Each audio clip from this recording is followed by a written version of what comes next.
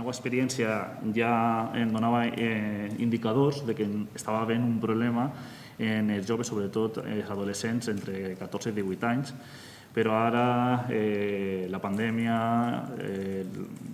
tota aquesta situació s'ha agravat més aquests problemes, sobretot a nivell emocional, en quant a estat d'ànim, depressió i ansietat. Existeixen també diferents qüestions que s'han agreujat per la pandèmia, però que ja es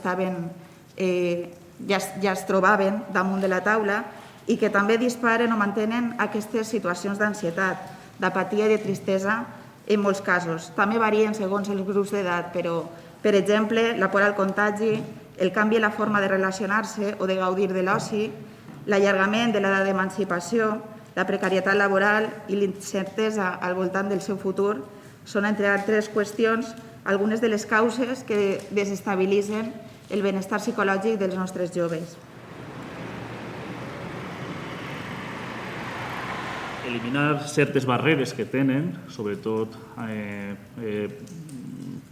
per a demanar ajuda, sempre associem al psicòleg com algo molt referent a la salut mental i volem eliminar aquesta barrera que tinguin una persona de referència que puga ajudar-los no sols en els problemes d'ansietat i depressió, com els estudis estan indicant, sinó que també siga en altres aspectes, com per exemple les relacions socials, que també estan ben molt afectades, les relacions familiars, inclús les relacions íntimes i personals.